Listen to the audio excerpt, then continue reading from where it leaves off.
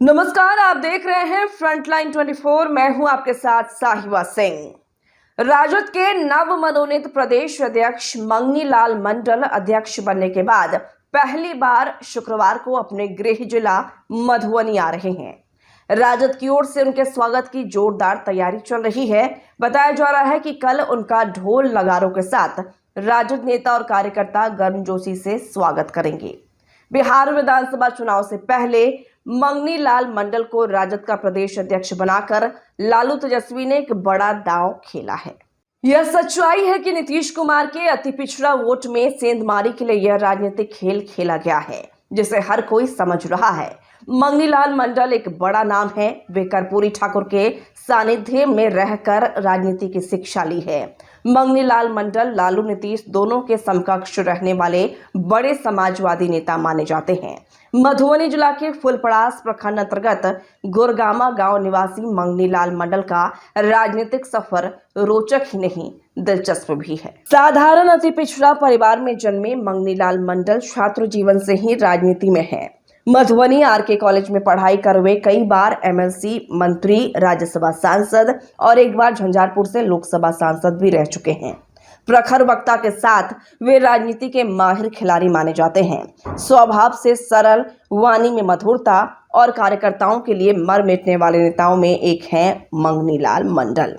कर्पूरी ठाकुर के निधन के बाद ये लालू और नीतीश दोनों के साथ रहकर राजनीति करते रहे हैं। मतलब साफ है कि देश के बड़े समाजवादी नेताओं में इनका नाम शुमार है।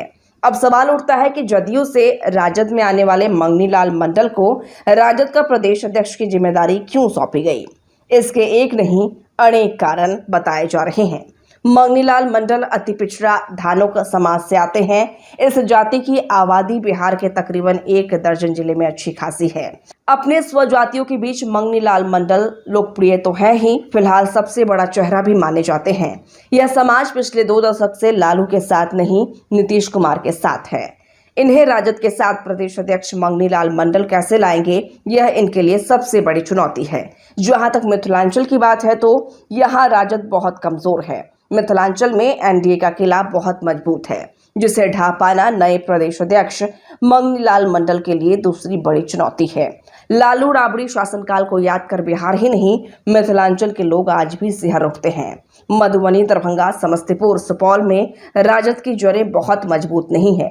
नतीजा है कि इन जिलों में राजद विधायकों की संख्या नगण्य है। लालू प्रसाद यादव के घर में आग लगी हुई है। इतना ही नहीं, पारिवारिक कलह से हर राजद नेता डरे समय दिखते हैं। परिवार के हर सदस्यों में अहंकार कूट कूट कर भरा हुआ है। नतीजा है कि राजद समग्र की नहीं बल्कि परिवार की पार्टी बनकर रह गई है। विपक्ष हमलावर है और लालू सहित परिवार के अधिकांश सदस्यों पर भ्रष्टाचार का गंभीर आरोप लगा है। लालू तेजस्वी के आदेश के बिना राजद में कोई निर्णय लेना नामुमकिन है। मंगनी लाल मंडल को प्रदेश अध्यक्ष बनाने से लोगों में खुशी जरूर है, लेकिन क्या इन्हें स्वतंत्र रूप से काम करने का मौका मिलेगा, इस पर शक है। तेजस्वी भाषणों में A to Z की बात तो करते हैं, लेकिन जमीनी हकीकत इससे कोसों दूर है। इस परिस्थिति में नए प्रदेश अध्यक्ष मंगनी लाल मंडल राजद में कैसे जान फूंक पाएंगे, यह किसी चुनौती से कम नहीं है।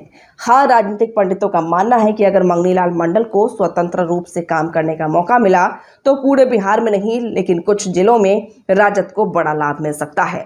मधुबनी जिला में राजद के सिर्फ 2, मधुबनी और लौकहा में राजद विधायक हैं। ये दोनों राजद विधायक आगामी विधानसभा चुनाव में अपना सीट बचा पाएंगे, इस पर शक है। यहाँ भी एनडीए महागठबंधन पर भारी नजर आ रहा है। पहले तो मंडल जी के लिए मधुबनी सबसे बड़ी चुनौती है। अब देखना है कि नए प्रदेश अध्यक्ष मंगनी लाल मंडल को जिस उम्मीद से यह बड़ी जिम्मेदारी इस उम्र में दी गई है, उस पर वे कितना खड़ा उतरते हैं। दूसरी बड़ी बात यह है कि लालू परिवार से लेकर शहर जमी तक राजद के सामने जो चुनौतियां हैं, इन चुनौतियों को नए प्रदेश अध्यक्ष मंगनी लाल मंडल कैसे सामना करते हैं।